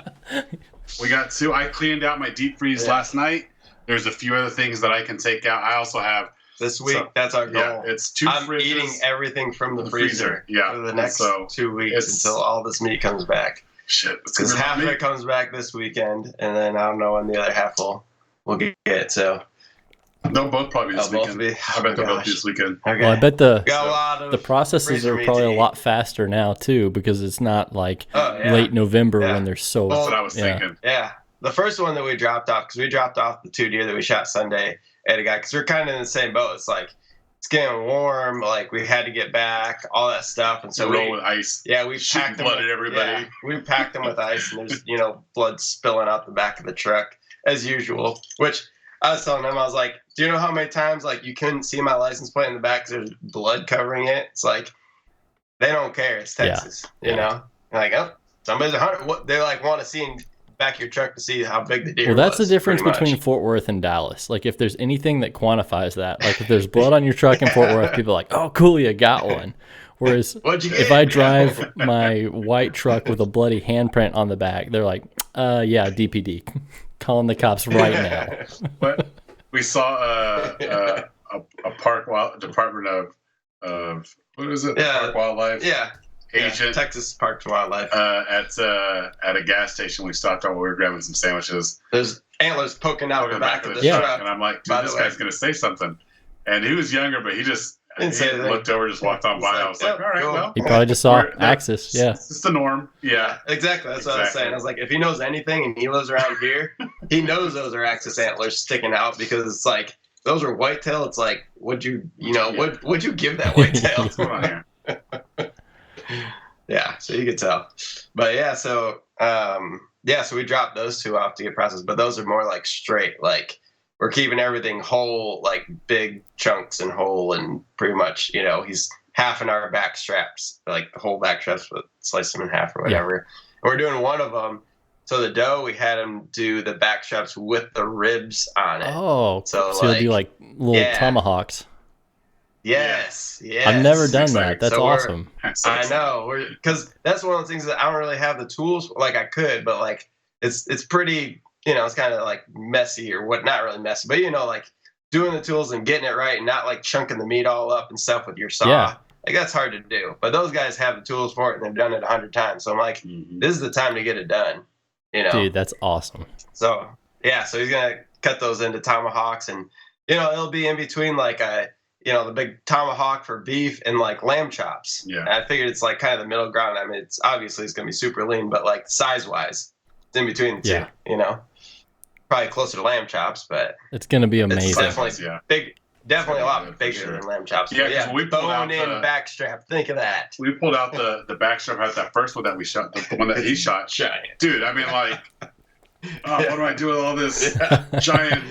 And we're like, you trim it up for I'm sure, but not you get a even joking. huge It's chunk like of meat, man. 15 pounds a piece. Yeah, It's huge. they're massive. And don't you, it's gonna work when out. you're standing there, 2 hands on a backstrap, at that moment, don't you yeah. just feel like the richest man in the world? Yes, yes. That's what we're like. Ah, yeah, it's gonna be That was great. gold, man. It was gold. That's awesome. Yeah. Yeah, we were like, I think we were like, we were like holding Yeah, that, it was like, we were like giddy, just like when we first shot. It really was. Like, Before it shot, I was like, oh my God, look at this. Look how big that is. And he's still like, going. He's still going. It's still pulling out of there. Oh man, that's awesome. Oh, that was awesome. It was great. Well, any other like unusual occurrences or like just kind of closing thoughts on something was different than you expected it to be? I mean, it sounds like there were some good surprises, but anything that was just like different, bizarre. I mean, it sounds like you would absolutely do this again, but anything that like changed your perspective? Yes, definitely do it again if possible. hmm. So I think like I didn't know what to expect showing up. Just like stands or feeders or whatever. Like had no clue. So like part of my mind was like there's going to be like set feeders out there that like they know all these deer are coming to every day, and my other part of my mind's like they don't even know what's out there, and there's going to be no deer out there, So I'm like, I don't know. So I think it was when we got close and we saw the axis just like running along the side of the road. We were like, okay, This, this is gonna be good. this is real. Yeah, good. This is Yeah. Yeah.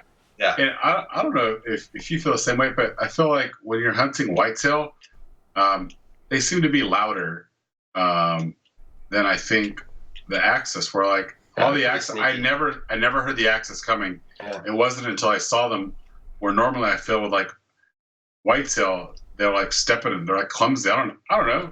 For being a bigger animal, I feel like they sprung up on me a lot more than They're definitely sneaky. when you're with the whitetail. Yeah. I don't know. Just Yeah. And the whites they were very just like didn't care. stupid. Yeah. God. Like no. Ah. Yeah.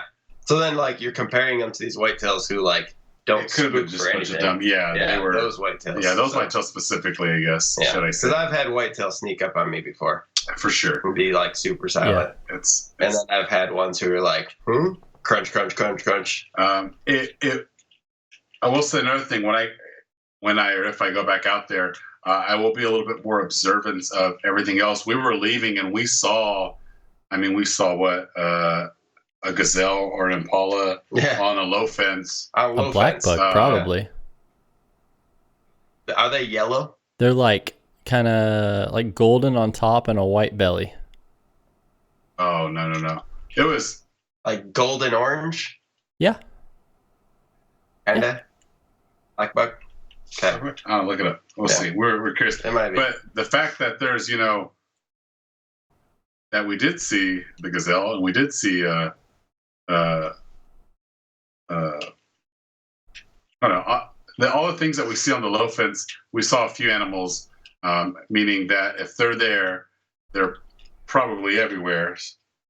Maybe a little more golden. I don't like that. Nose. Yeah. It might, yeah. Oh, yeah. It probably was a black buck. Yeah, doe. Yeah, I should have just asked you. Yeah, there's a bunch of them down there. Yeah, we saw those, and I'm just thinking, I'll be a little bit more observant. I think, going down there, access something, I'm a little more fixated on the access because that's kind of like why I'm there. Yeah. But looking for other exotics. Yeah, I'm keeping more of an open eye, and especially on that property, for sure. That big giant hill. Yeah. I mean, it just seems like you get a lot of stuff coming down there. Just like you get your glass up, and there's this big hill that runs up the side of the property. You see a lot of space there. It's really cool. It's nice. It's nice down there. It's one of those you can go down there, and even if you weren't hunting, it'd be nice to get out there and just take in everything that's out there because there's so much out there. Yeah. We were only there for 3 hunts, I guess. But, it would have been nice to walk around more and see what else there was on other side of the property. A lot at the end of hunts. Like when I'm driving away, I'm like, wish I could have just like hiked the rest of that property. I wish I would take my camera and just like turn it on and recorded things. Yeah. We were gonna record a lot of this, and we were so like, nope, not doing it. Well, that and just the space. Yeah, it was real tight. Yeah, so like the tripods are tiny. Well, like the single man, and the like just enough room to like barely spin in your chair type of thing. One of those gorilla claws and self-film. Just put it on there. Yeah. It would have been nice, but the world of self-filming is drenched in frustration. I imagine there's a lot of I'm gonna record and then nothing happens, and then you turn it off and then all the action happens. That sounds like every coyote hunt I've ever tried to record. So the other thing is I would like to go and do a spotlight hunting one night just for fun. Yeah, just see more or less see what you can see. See what you can see. Cool. Yeah. Like he said they gone out and they did it all the time, but they usually see whitetails. Yeah. It's like us. No, whitetail. Oh no, whitetail. Yeah, so you got to be real careful with that. Yeah.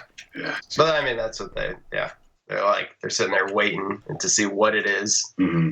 By the time you notice, it's like there goes the whitetail. Yeah, exactly. Yeah. Man, well, so cool, and so cool that you can go do this in February. That right when whitetail season's over, you're like, well, I don't have to be done. Yeah. Stopped hunting like that was my a month ago. Yeah. I told her I went out hunting with a buddy, and I'm like, listen, this is the last weekend I can go out. And it was the last weekend of duck hunting. That late doe season, Yeah, the late and so I won't be going out anymore. And then 3 weeks later, we're going to South Texas for a weekend. So, dude, so cool. I hope you're not working. Yeah, that was awesome. Well, thank y'all for sharing the adventure, for sharing the story. It's just so cool just to hear of a hunt that went well. You come back with stories, with smiles on your faces, and lots of meat, and it's just such a cool experience. So thank y'all for sharing. Thank you for having us, man. And as always, to everybody listening, hopefully we get more stories like this. I think this is just super fun to just talk about these awesome hunts that are a little bit different than the traditional kind of tree stand whitetail November hunt. Just cool stories and and great meat as well. So hope you enjoyed this one. Until next time, stay safe, be free, and never stop seeking adventure.